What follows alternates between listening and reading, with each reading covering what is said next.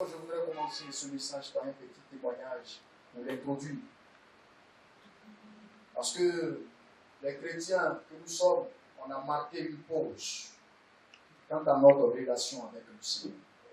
Et donc le Seigneur me met à cœur d'interpeller les chrétiens à revenir à lui. Vous savez, quand j'ai écouté le témoignage de cette dame, et elle disait dans son témoignage, elle dormait, et pendant qu'elle dormait, dans le rêve, elle a vu que les gens montaient vers le Seigneur. Il était dans les airs et tous montaient vers lui, n'est-ce pas, vêtus de blanc, qui était en habit blanc. Et elle, qui était à l'église, qui était à l'église, qui disait qu'elle était fidèle à Dieu, elle payait sa dîme, mais elle voit, pendant qu'elle était en train de monter, elle a eu l'impression qu'il y a quelque chose qui était, n'est-ce pas, qui bloquait, qui l'empêchait de monter. C'était comme une boule qui était rattachée à son pied. Et elle pleurait à chaudes larmes. Et ceux qui montaient étaient comme, ils avaient un corps glorieux. Et ils avaient un corps glorieux. Elle qui est restée, son corps commençait à moissir. Et elle a commencé à crier, Seigneur, s'il te plaît, Seigneur, je reconnais que je t'ai abandonné. Tu es venu. Seigneur, s'il te plaît, je veux aller avec toi. Je veux monter là où tu es. Et c'est là qu'elle s'est réveillée en sursaut. Et elle a commencé à pleurer. Elle pensait que c'était en même temps. Elle pensait que c'était la réalité. C'est vrai que le Seigneur lui a montré qu'il devait venir. Et voilà comment il devait venir prendre son église. Elle a commencé à pleurer. Et du coup, elle s'est repentie. Et elle a commencé à exhorter. Elle a rangé sa vie pour dire, le Seigneur revient bientôt. Le Seigneur revient bientôt, chers frères et sœurs. Je voudrais dire à quelqu'un ce matin qui a marqué une pause quant à sa relation avec le Seigneur. Je voudrais te dire ce matin que le Seigneur est proche. Jésus est à la porte. Jésus est à la porte. C'est pourquoi je voudrais vous proposer ce thème. Les 3 signes qui révèlent le retour imminent de Jésus. Les 3 signes qui révèlent le retour imminent de Jésus. Il y en a plusieurs. Il y en a plusieurs. Il y en a plusieurs.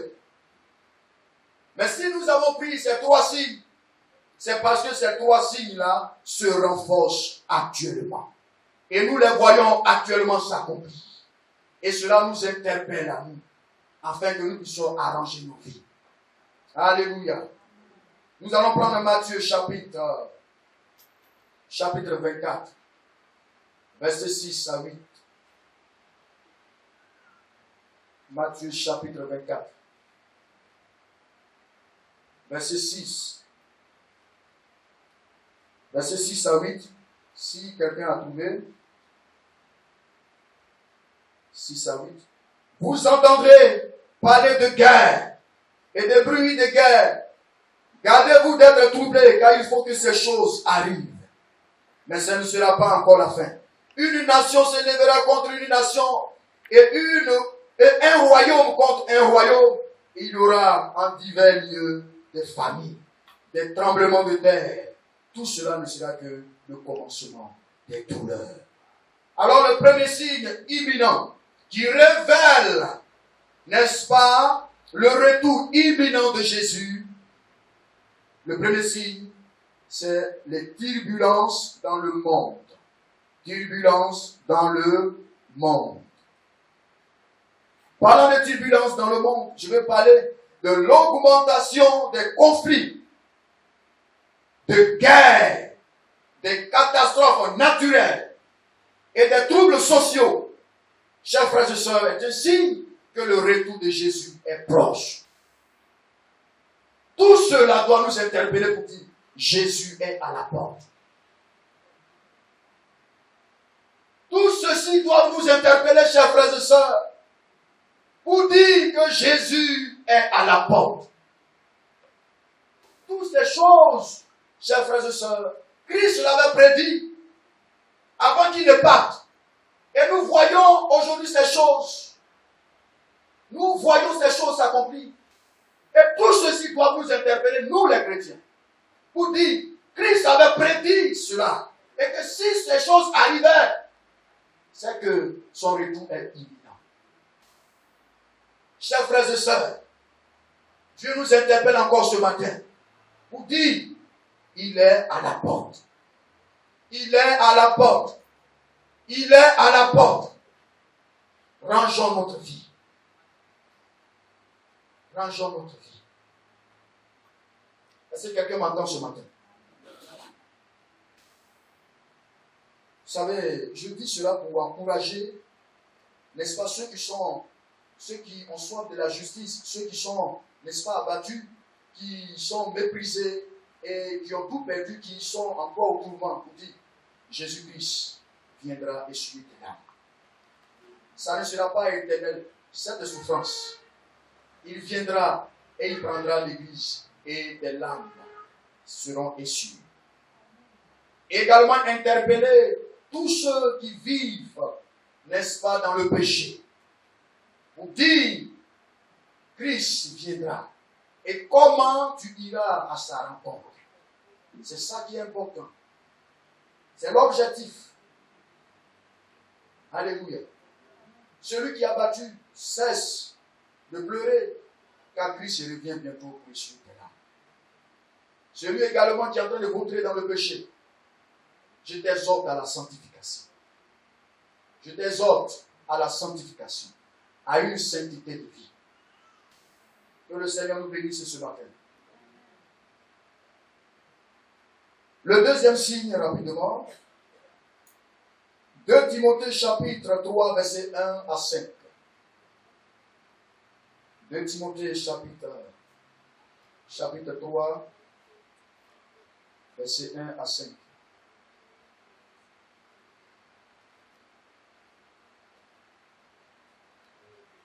De Timothée chapitre 3, verset 1 à 5. Voilà, je lis. Sache que dans les derniers jours, il y aura des temps difficiles. Car les hommes seront égoïstes, amis de l'argent, fanfarons, hautains, blasphémateurs, rebelles à leurs parents, ingrats, irréligieux, insensibles, déloyaux, calomniateurs, intempérants, cruels, ennemis des gens de bien. Traîtres, emportés, enflés d'orgueil, aimant le plaisir plus que Dieu. Ayant l'apparence de la piété, mais reniant ce qui en fait la force. Éloigne-toi de ces hommes-là. Christ nous bénit ce matin. Alors, le deuxième signe qui révèle le retour imminent et qui se renforce actuellement, c'est l'apostasie et la dégradation morale. L'apostasie et la dégradation morale. Paul écrivait à son fils bien-aimé qu'il a engendré dans la foi, Timothée, qui était encore jeune en son temps, et il était en train de lui donner ces quelques consignes afin que Timothée se prépare à cela. S'il arrivait que ces choses venaient, Timothée serait déjà averti. Alors, Dieu, par sa parole, nous avertit. Timothée n'est plus là, Paul n'est plus là, mais cette parole est d'actualité ce matin. L'apostasie et la dégradation morale. L'apostasie, qui est l'abandon et le rejet de la foi en Christ, est souvent considéré comme un signe du retour de Jésus. De plus, la détérioration des valeurs morales et bibliques est perçue comme un indicateur de la fin des temps. C'est le deuxième signe que Jésus est à la porte. Alléluia. Nous sommes presque à la fin des temps. Aujourd'hui, nous avons presque abandonné notre premier amour. Comme Jésus s'adressait à l'église d'Éphèse. Retourne à ton premier amour. La sainteté, les valeurs bibliques, les principes bibliques, la doctrine a été abandonnée. La doctrine biblique a été abandonnée. Et Et l'orgueil a commencé à prendre la place. On n'est plus sensible à la voix du Seigneur. Le libertinage a pris tout le monde. L'amour a commencé à gagner les cœurs des chrétiens. Le monde a commencé à prendre l'église. On veut transporter le monde dans l'église. Aujourd'hui, comme quelqu'un le disait, si tu veux voir le monde, va à l'église, tu vas retrouver le monde là-bas. Le monde a sa politique. Le monde a sa manière de fonctionner. Le monde a sa manière de s'habiller. Le monde a sa manière de parler. Mais nous voulons copier sur le monde. Et cela nous conduit loin du Seigneur. L'amour de plusieurs a commencé à refroidir. On n'arrive même plus à prier, à chercher la face du Seigneur. Ça ne nous intéresse plus. Tenez-vous bon, tenez-vous prêts. Dieu est en train de nous avertir. L'apostasie, les gens sont en train de se retourner. Je me souviens de ce que le Seigneur disait à ses disciples quand il a commencé à prêcher les choses difficiles.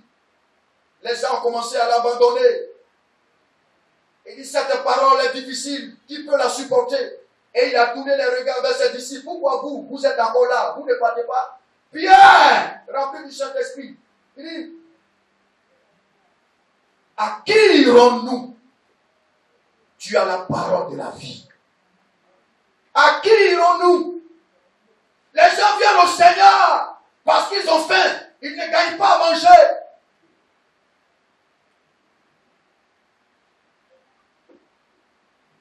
Alléluia. Ils viennent à l'église pour être riches. On ne vient pas à l'église pour être riche. On n'a pas besoin d'être chrétien pour être riche. Allez dans le monde.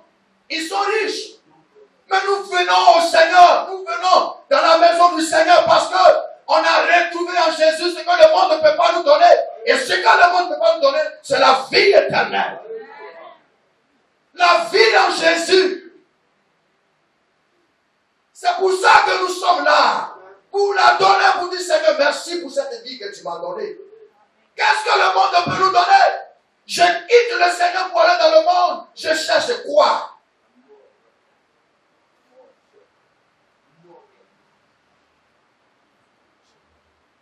Ne quittons pas la prison du Seigneur. Ne quittons pas Bethléem, la maison du Père, parce que tu es en train de souffrir. Cette souffrance-là ne sera pas éternelle. Le Seigneur visitera encore Bethléem et tu seras rempli de bénédictions. Est-ce que quelqu'un m'entend ce matin? Des hommes de Dieu, entre guillemets, des hommes de Dieu qui sont prêts à célébrer des mariages homo. Tout ceci doit nous interpeller. Jésus est à la porte. Jésus est à la porte. Jésus est à la porte. Aujourd'hui, le bien est appelé le mal est appelé le bien. Que le Seigneur nous aide ce matin.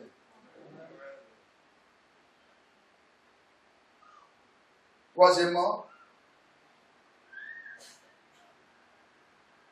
l'émergence des faux prophètes et de faux messies. L'émergence de faux prophètes et de faux messies. Matthieu chapitre 24, verset 24. Dans la Bible, Jésus avertit qu'il y aura de faux prophètes et de faux messies qui surgiront, n'est-ce pas, pour tromper les gens. Pour tromper les gens avant son retour. L'identification des leaders religieux ou spirituels prétendant être, n'est-ce pas, le Messie ou un envoyé de Dieu, mais s'écartant des enseignements bibliques fondamentaux, est considéré comme un signe de la fin des temps. C'est le troisième signe que Jésus vient chercher son Église. Alléluia. Aujourd'hui, nous voyons ça. des hommes de Dieu, des marabouts déguisés en hommes de Dieu. Hein, ils viennent sur la toile et puis ils cherchent la visibilité. Ils cherchent la visibilité. Ce qui est biblique n'est plus pratiqué. Parce que les gens aiment entendre ce qu'ils veulent. Oui, prêche-nous la richesse, prêche ce que nous voulons entendre. Mais quand tu prêches sur la sanctification, on te menace. Qui a dit que quand on est serviteur de Dieu, on ne peut pas faire ceci et on ne peut pas faire cela? Quelle révélation tu peux donner en dehors de la parole de Dieu? Cette révélation est pour. Toute la Bible est là. Tu donnes une prophétie qui n'a rien à voir avec la parole de Dieu. Bien aimé, il y a un hic à ce niveau. Quelle que soit ton inspiration, mais ce que tu dois donner comme message par la prophétie doit aller avec les enseignements bibliques. Je suis en train de parler à quelqu'un ce matin. Vous dit, ce n'est pas n'importe qui qu'il faut fréquenter. Ce n'est pas n'importe quel homme de Dieu qu'il faut fréquenter. Et Dieu nous a donné des hommes de Dieu qui ont été formés dans nos instituts et qui ont été conduits par le Saint-Esprit et qui sont envoyés sur des églises pour conduire des âmes à Christ. Vous avez reçu des hommes de Dieu. Vous avez reçu un homme de Dieu à qui le Seigneur se révèle pour vous donner des messages pour vous conduire à Christ. De tels hommes, vous devez les honorer. Alléluia. On les connaît, ces gens-là. Et pas plus tard que, avant que j'étais en train de... Je suis allé sur les réseaux sociaux et j'ai vu un soi-disant homme de Dieu. Le monde en envers. Jésus-Christ est à la porte. Jésus-Christ est à la porte. Réveille-toi. Les prophéties s'accomplissent. Satan a déguisé des hommes parmi nous pour nous faire éloigner de la volonté de Dieu. Ils sont là. Ils sont là. Faisons très attention, soyons vigilants. Ils viennent pour porter atteinte à notre foi. Et une fois notre foi est atteinte, c'est fini. C'est des raisonnements. Qui a dit que chaque fois on doit partir à l'église? Quand tu commences à raisonner comme ça, c'est que tu es en train d'être gagné par eux. Tu ne lis même plus la Bible. Quand il est arrivé pour arrêter? Je ne vais pas aller trop loin. Tel est le message que le Seigneur me met à cœur ce matin.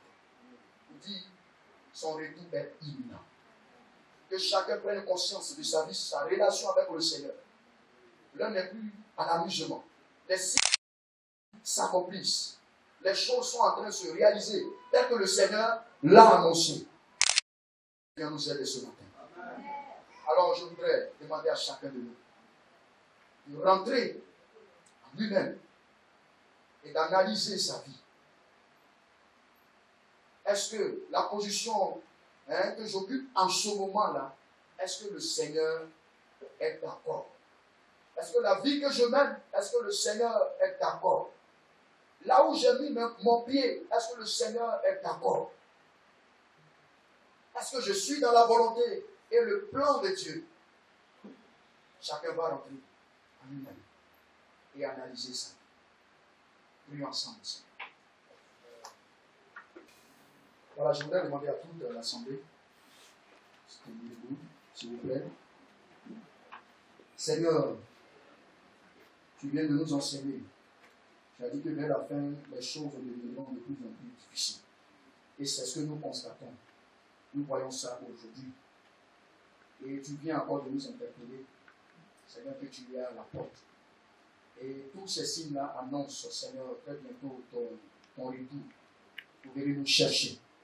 C'est pourquoi, Seigneur, tous ceux qui sont découragés, Seigneur, qui passent par les moments difficiles, nous voulons, Seigneur, au nom de Jésus, tu leur apportes, Seigneur, assistance et secours. Et que tous ceux qui vivent, Seigneur, dans le péché, Seigneur, tu viens d'interpeller, Seigneur, ces frères et sœurs. Donne-leur aussi la force de pouvoir quitter ce péché et venir jusqu'à toi. C'est une grâce, Seigneur, d'abandonner le péché et venir à toi. Seigneur, bénis cette journée. Certains doivent sortir pour effectuer des voyages. Nous prions ce matin, Seigneur, Père, de les accompagner. Que tout ce qui est accident et incident soit vaincu dans le nom de Jésus. Bénis la semaine de chacun. Que l'honneur et la gloire te reviennent. Bénis aussi, Seigneur, le serviteur de Dieu, l'homme de Dieu que tu as établi sur cette assemblée. Continue, Seigneur, Seigneur, de te révéler à lui pour impacter, Seigneur, cette assemblée et conduire les âmes vers toi. Merci, Seigneur, pour sa vie. Que l'honneur te revienne. Merci aussi pour la vie des responsables de toute l'Église. Bénis notre semaine au nom de Jésus. Amen. Amen.